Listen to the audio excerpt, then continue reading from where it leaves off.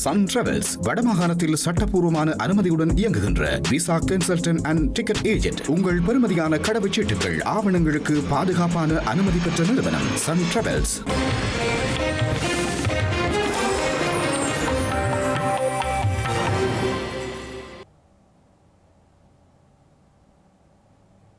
வணக்கம். இது ஐபிசி தமிழின் பிரதான செய்திகள். முதலில் தலைப்புச் செய்திகள். இலங்கையில் மின்சார கட்டணம் 6.8% உயர்வு. 2 வாரங்களில் இறுதி முடிவு. குற்றவியல் சட்ட திருத்தம் நிறைவேற்றப்படவில்லை என்கின்றார் ஜனாதிபதி. பொது நலன்களுக்காகவே கொண்டுவரப்படுவதாகவும் கருத்து. மாகாண சபை தேர்தலை நடத்துமாறு மனோ கோரிக்கை. பழைய முறை சிறந்தது எனவும் தெரிவிப்பு. முத்துநகர் விவசாயிகள் பிரச்சினைக்கு தீர்வு. மாற்று காணிகளை வழங்க நடவடிக்கை. நீதிக்காக போராடுவதாக ஆதவ் அர்ஜுனா தெரிவிப்பு. கரூர் சம்பவத்தின் பின்னணியில் கருத்து. காசா அமைதி திட்டத்தின் முதல் கட்டத்தை செயற்படுத்த இஸ்ரேல் இணக்கம். ஹமாஸின் செயற்பாட்டிற்கு உலக தலைவர்கள் பாராட்டு. தொடர்வது விரிவான செய்திகள். இலங்கையில் மின்சார கட்டணத்தை 6.8% உயர்த்துவது தொடர்பாக இலங்கை மின்சார சபையினால் முன்வைக்கப்பட்ட முன்மொழிவு குறித்த முடிவு 2 வாரங்களில் வெளியிடப்படும் என பொது பயன்பாடுகள் ஆணைக்குழுவின் ஊடக பேச்சாளர் தெரிவித்துள்ளார். அதன்படி இந்த மாதம் 15ஆம் தேதி அல்லது அதற்கு முன்னதாக இறுதி முடிவு வழங்கப்படும் என அவர் கூறியுள்ளார். இலங்கையில் மின்சார கட்டணங்களை திருத்துவதற்கான பொது ஆலோசனை செயல்முறை தற்போது நடைபெற்று வருகின்றது. இந்த மாதம் 8ஆம் தேதி மேல் மாகாண ஆலோசனையின் இறுதி அமர்வு நடைபெற்ற பின்னர் கட்டணங்களை திருத்துவது குறித்த இறுதி முடிவு எடுக்கப்படும் என பொது பயன்பாடுகள் ஆணைக்குழுவின் ஊடக பேச்சாளர் தெரிவித்துள்ளார். இந்த கட்டண திருத்தத்தில் மின்சார சட்டம் மற்றும் மின்சார கட்டண விலை சூத்திரம் என்பன பின்பற்றப்படவுள்ளன. அதே நேரம் மின்சார சபை 1769 மில்லியன் இழப்பீட்டை பதிவு செய்துள்ளமையினால் அந்த இழப்பை சரி செய்ய 6.8% மின்சார கட்டண உயர்வு முன்மொழியப்பட்டுள்ளது. மாகாண சபை தேர்தலை விரைவில் நடத்துவதற்கு ஸ்ரீலங்கா ஜனாதிபதி அனுரகுமார திசாநாயக்க நடவடிக்கை எடுக்க வேண்டும் என தமிழ் முற்போக்கு கூட்டணியின் தலைவரும் கொழும்பு மாவட்ட நாடாளுமன்ற உறுப்பினருமான மனோ கணேசன் வலியுறுத்தியுள்ளார். இலங்கையில் மாகாண சபை தேர்தல் நடத்தப்பட வேண்டுமென்றும் மாகாண சபை தேர்தலை பழைய முறையில் நடத்துவதற்கு நடவடிக்கை எடுக்க வேண்டுமென்றும் மனோ கணேசன் கூறியுள்ளார். தேர்தல் முறைமைதான் மாகாண சபை தேர்தலை நடத்துவதற்கு தடையாக உள்ளது எனவும் இதனை இலகுவில் சரி செய்ய முடியும் என்றும் தெரிவித்தார். நாடாளுமன்றத்தில் முன்வைக்கப்பட்டுள்ள தனிநபர் பிரேரணையை அரசாங்கம் ஏற்று அதனை நிறைவேற்றி இந்த தேர்தலை நடத்த வழிசமைக்க வேண்டும் எனவும் மனோ கணேசன் குறிப்பிட்டார். இலங்கையில் குற்றவியல் சட்டத்தில் திருத்த சட்டம் இதுவரை நாடாளுமன்றில் நிறைவேற்றப்படவில்லை என ஜனாதிபதி அனுரகுமார திசாநாயக்க தெரிவித்துள்ளார். குற்றவியல் சட்டத்தில் திருத்தம் கொண்டுவரப்பட வேண்டும் என்ற பேச்சு எழுந்துள்ள நிலையில் முன்கூட்டியே தயாரிக்கப்பட்ட திருத்தத்தை அரசாங்கம் நாடாளுமன்றத்தில் சமர்ப்பித்துள்ளதாக ஜனாதிபதி தெரிவித்தார். எனினும் அந்த திருத்தம் நாடாளுமன்றத்தில் நிறைவேற்றப்படவில்லை எனவும் தற்போது தேவைப்பட்டால் அதில் மேலும் திருத்தங்களை கொண்டுவரவோ அல்லது அதை அப்படியே விட்டுவிடவோ வாய்ப்புள்ளதாகவும் தெரிவித்தார். இந்த சட்டங்கள் எதுவும் தனிப்பட்ட நலன்களுக்காக தயாரிக்கப்படவில்லை எனவும் கூறினார். இந்த சட்டம் பொது நலனில் கவனம் செலுத்துகின்றது எனவும் சிறந்த நாட்டை கட்டியெழுப்ப வேண்டும் என்ற கனவு எமக்கு உள்ளது என்றும் ஜனாதிபதி கூறினார். ஆளும் தரப்பாக வழங்கப்பட்டுள்ள வகைப்பாகத்தை முறையாக இனம் கண்டு செயற்படுவதன் மூலம் மட்டுமே அந்த கனவை நனவாக்க முடியும் என்றும் அவர் கூறினார். இலங்கையில் போதைப் பொருட்களின் பரவல் குறித்து காவல்துறைக்கு நேரடி தகவல்களை வழங்குவதற்காக புதிய தொலைபேசி இலக்கங்கள் அறிமுகப்படுத்தப்பட்டுள்ளதாக ஸ்ரீலங்கா காவல்துறை தலைமையகம் தெரிவித்துள்ளது. நாட்டின் பல பகுதிகளிலும் ஹெரோயின், ஐஸ், கொக்கைன் மற்றும் கஞ்சா உள்ளிட்ட போதைப் பொருள் பாவனை தொடர்பில் ஒவ்வொரு மாகாணங்களுக்கும் பொறுப்பான சிரேஷ்ட காவல்துறை மா அதிபர்களின் தொலைபேசி இலக்கங்கள் முன்னதாக ஊடகங்களுக்கு வெளியிடப்பட்டன. சிரேஷ்ட காவல்துறை மா அதிபர்களின் கீழ் உள்ள மாவட்ட காவல்துறை அதிபர்கள் மற்றும் சிரேஷ்ட காவல்துறை கண்காணிப்பாளர்களின் தொலைபேசி இலக்கங்களும் நேற்று வெள்ளிக்கிழமை வெளியிடப்பட்டுள்ளன. அவற்றிற்கு தொடர்பினை ஏற்படுத்தி போதைப்பொருள் தொடர்பான தகவல்களை பொதுமக்கள் வழங்கலாம் என காவல்துறை ஊடகப் பிரிவு தெரிவித்துள்ளது. போதைப்பொருள் அச்சுறுத்தலை ஒழிப்பதில் பொதுமக்களின் ஆதரவு பெரிதும் பாராட்டப்படுவதாகவும் பொதுமக்களால் வழங்கப்படும் தகவல்களின் இரகசிய தன்மை பாதுகாக்க காவல்துறை பாடுபடும் எனவும் தெரிவிக்கப்பட்டுள்ளது. முத்துநகர் விவசாயிகளின் நிலப்பிரச்சினைக்கு தீர்வு எட்டப்பட்டுள்ளதாக திருகோணமலை மாவட்டத்தின் நாடாளுமன்ற உறுப்பினர் ரொஷான் அக்மிமென தெரிவித்துள்ளார்.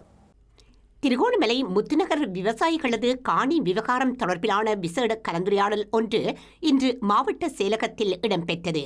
இதன்போது கருத்து வெளியிட்ட திருகோணமலை மாவட்ட நாடாளுமன்ற உறுப்பினர் ரொஷான் அக்மிமென முத்துநகர் காணி விவகாரம் தொடர்பாக தாம் ஆரம்பத்திலிருந்தே மக்களுடன் பேச்சுவார்த்தை நடத்தி வருவதாக கூறினார். இதன் காரணமாக மக்களுக்கு அநீதி இழைக்காதவாறு சிறந்ததோர் தீர்வினை வழங்குவது தொடர்பில் அரசாங்கம் ஆராய்ந்து வருவதாக குறிப்பிட்டார். அந்த வகையில் மக்களுக்கு மாற்று காணி அல்லது இழப்பீடு வழங்கும் வகையிலான முடிவு பல வகையான கலந்துரையாடலின் பின்னர் எடுக்கப்பட்டிருப்பதாக அவர் தெரிவித்தார்.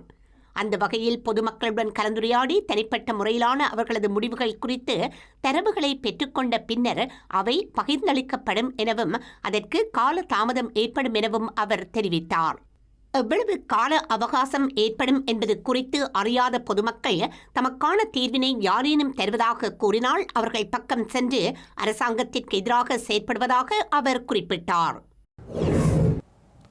தமிழ் தேசிய மக்கள் முன்னணியின் நாடாளுமன்ற உறுப்பினர் கஜேந்திரகுமார் பொன்னம்பலத்துக்கும் தெல்லிப்பளை துர்காதேவி தேவஸ்தானத்தின் தலைவரும் அகில இலங்கை இந்து மாமன்றத்தின் உபதலைவருமான ஆறு திருமுருகனுக்கும் இடையில் சந்திப்பொன்று இடம்பெற்றுள்ளது. இதன் பொழுது அனுரகுமார திசாநாயக்க அரசாங்கம் மிக விரைவில் கொண்டுவரவுள்ள ஒற்றையாட்சி அரசியல் யாப்பின் ஆபத்துக்கள் தொடர்பில் நாடாளுமன்ற உறுப்பினரால் தெளிவுபடுத்தப்பட்டுள்ளது. இந்த சந்திப்பின் பொழுது முன்னாள் நாடாளுமன்ற உறுப்பினரான செல்வராசா கஜேந்திரனும் கலந்து கொண்டிருந்தமை குறிப்பிடத்தக்கது. கிளிநொச்சி பளை இத்தாவில் பகுதியில் T-56 ரக துப்பாக்கி ஒன்று கண்டுபிடிக்கப்பட்டுள்ளது. பளை இத்தாவில் பகுதியில் கடந்த 2ஆம் தேதி மனிதாபிமான கண்ணிவெடி அகற்றும் நிறுவனமான ஹலோ ட்ரஸ்ட் நிறுவனம் தமது பணியினை மேற்கொண்ட போது குறித்த துப்பாக்கியினை அவதானித்துள்ளனர். இது தொடர்பில் பளை காவல் நிலையத்திற்கு முறைப்பாடு செய்யப்பட்ட நிலையில் நேற்றைய தினம் பளை காவல்துறையினரால் கிளிநொச்சி நீதவான் நீதிமன்றத்திற்கு அறிவிக்கப்பட்டது. இந்த நிலையில் துப்பாக்கியினை மீட்பதற்கான நடவடிக்கைகளை காவல்துறையினர் மேற்கொண்டு வருகின்றனர். கரூர் சம்பவம் தொடர்பான உண்மைகளை வெளிக்கொண்டு வர தொடர்ந்தும் போராடி வருவதாக தமிழக வெற்றிக் கழகத்தின் தேர்தல் பிரச்சார மேலாண்மை பொதுச் செயலாளர் ஆதவ் அர்ஜுனா தெரிவித்துள்ளார். கூடைப்பந்து தொடர்பான நிகழ்ச்சியில் பங்கேற்க உத்தரகாண்ட் மாநிலம் டேராடூன் சென்றுள்ள ஆதவ் அர்ஜுனா ஊடகங்களுக்கு கருத்து தெரிவித்த பொழுது நீதிக்காக தொடர்ந்து முயற்சிக்கிறோம், உண்மை வெளிவரும் என்றும் தெரிவித்துள்ளார். அமெரிக்க அரசு தலைவர் டொனால்ட் ட்ரம்பின் காசா அமைதி திட்டத்தின் முதல் கட்டத்தை உடனடியாக செயற்படுத்த தமது தரப்பு தயாராகி வருவதாக இஸ்ரேலிய பிரதமர் பெஞ்சமின் நெதன்யாகு இன்று அதிகாலை அறிவித்துள்ளார். டொனால்ட் ட்ரம்பின் காசா திட்டத்துக்கு நேற்று மாலை ஹமாஸ் சாதகமான பதிலளித்ததை அல்லது காசா மீதான குண்டுவீச்சை இஸ்ரேல் உடனடியாக நிறுத்துமாறு ட்ரம்ப் அழைப்பு விடுத்துள்ள நிலையில் இஸ்ரேலிய பிரதமரின் இந்த கருத்து வந்துள்ள நிலையில் மத்திய கிழக்கு நிலவரங்கள் மீதான ஓர் பார்வை அடுத்து வருகிறது. காசாவில் புதையுண்டு ஒரு நரகத்தை அனுபவிக்கப் போகின்றீர்களா அல்லது தனது சமாதான திட்டத்திற்கு உடன்படப் போகின்றீர்களா என்ற விடயத்தில் நாளை ஞாயிற்றுக்கிழமை மாலை 6 மணிக்குள் தெரிவிக்க வேண்டுமென ஹமாஸ் அமைப்பிற்கு அமெரிக்க அரசு தலைவர் டொனால்ட் ட்ரம்ப் கராராக எறிந்த 20 அம்ச இறுதி துருப்புச் சீட்டுக்கு தற்போதைய நிலையில் தற்காலிக வெற்றி வந்துள்ளது. தனது திட்டத்திற்கு நேற்று மாலை ஹமாஸ் சாதகமாக பதிலளித்ததை அடுத்து காசா மீதான குண்டுவீச்சை இஸ்ரேல் உடனடியாக நிறுத்த வேண்டும் என்ற ட்ரம்பின் அழைப்பு வந்துள்ளது.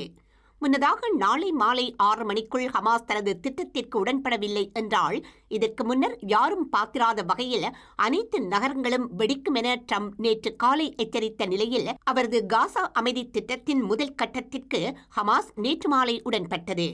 கட்டாரை தளமாக கொண்ட ஹமாஸின் அரசியல் பிரிவுக்கும் காசாவில் உள்ள அதன் இராணுவ தலைவர்களுக்கும் இடையேயான தொடர்பாடல்களை அடுத்து இந்த முடிவு அறிவிக்கப்பட்டுள்ளதாக கருதப்படுகின்றது. தற்போது ஹமாஸின் முடிவு உலக தலைவர்களால் பாராட்டப்படுவதுடன் காசாவை கடந்த 2 ஆண்டுகளாக பேரழிவுக்குள்ளாக்கிய கடும் போரை முடிவுக்கு கொண்டுவரும் வாய்ப்பை இந்த முடிவு வழங்கும் என்ற நம்பிக்கையை உலக தலைவர்கள் வெளியிட்டுள்ளனர். இஸ்ரேலுக்கும் ஹமாஸுக்கும் இடையிலான சமாதான அனுசரணை நாடாக கட்டார் ஹமாஸின் முடிவை பாராட்டியது. ஐநா பொதுச் செயலாளர் ஆண்டோனியோ குட்ரஸும் இந்த வாய்ப்பை பயன்படுத்த அனைத்து தரப்பினரையும் அழைத்தார்.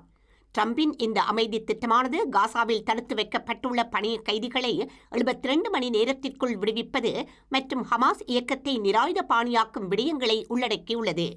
ஹமாஸ் 48 இஸ்ரேலிய பணிய கைதிகளை விடுவிப்பதற்கு ஈடாக இஸ்ரேல் ஆயுள் தண்டனை விதிக்கப்பட்ட 250 பலஸ்தீன கைதிகளையும் போர் தொடங்கியதிலிருந்து தடுத்து வைக்கப்பட்டுள்ள 1700 பலஸ்தீனியர்களையும் விடுவிக்க வேண்டும். இதைவிட ஹமாஸ் உறுப்பினர்கள் அமைதியான சகவாழ்வுக்கும் அவர்களின் ஆயுதங்களை அகற்றுவதற்கும் உறுதியளித்தால் அவர்களுக்கு பொது மன்னிப்பு வழங்கப்படலாம் என ட்ரம்ப் திட்டம் குறிப்பிடுகின்றது. எனினும் தமது அமைப்பின் ஆயுத களைவு விடயத்தில் இன்று ஹமாஸ் உறுதியை வழங்கவில்லை. மாறாக மேலதிக பேச்சுவார்த்தைகளுக்கு அது அழைப்பு விடுத்துள்ளது. அதாவது நிபந்தனையின்றி ட்ரம்பின் திட்டத்தை தாம் ஏற்க தயாராக இல்லை என்ற நிலைப்பாட்டை ஹமாஸ் காட்டியுள்ளது. எனினும் பணைய கைதிகளை விரைவாகவும் பாதுகாப்பாகவும் வெளியேற்ற அனுமதிக்கும் வகையில் இஸ்ரேலும் சில நகர்வுகளை எடுத்துள்ளது. வெள்ளை மாளிகையின் இந்த 20 அம்ச திட்டத்தில் இனிமேல் காசாவை நிர்வகிப்பதில் ஹமாஸுக்கு எந்த பங்கும் இருக்காது என்ற விடயமும் எதிர்காலத்தில் ஒரு பலஸ்தீன நாடு உருவாவதற்கான சாத்தியங்களும் உள்ளடக்கப்பட்டமை குறிப்பிடத்தக்க விடயம். இந்த நிலையில் காசா மீதான குண்டுவீச்சுக்களை உடனடியாக நிறுத்த வேண்டும் என டொனால்ட் ட்ரம்ப் அழைப்பு விடுத்திருந்த போதிலும் இன்று காலை காசா நகரில் இஸ்ரேலிய பீரங்கி தாக்குதல்கள் நடத்தப்பட்டுள்ளதாக உள்ளூர் குடிசார் பாதுகாப்பு அமைப்பு தெரிவித்துள்ளது. செய்திகளின் நிறைவாக இனி மீண்டும் தலைப்புச் செய்திகள். இலங்கையில் மின்சார கட்டணம் 6.8% உயர்வு, 2 வாரங்களில் இறுதி முடிவு. குற்றவியல் சட்டத்திருத்தம் நிறைவேற்றப்படவில்லை என்கின்றார் ஜனாதிபதி. பொது நலன்களுக்காகவே கொண்டுவரப்படுவதாகவும் கருத்து. மாகாண சபை தேர்தலை நடத்துமாறு மனோ கோரிக்கை, பழைய முறை சிறந்தது எனவும் தெரிவிப்பு.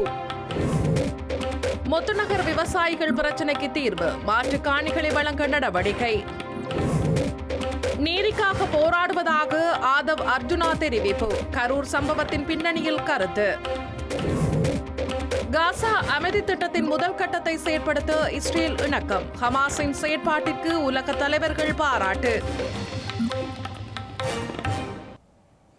இத்துடன் ஐபிசி தமிழின் பிரதான செய்திகள் நிறைவு பெற்றன. உடனுக்குடன் நீங்கள் செய்திகளை அறிந்து கொள்ள IBCTamil.com என்ற எமது இணையதளத்தினை பார்வையிடுங்கள். வணக்கம்.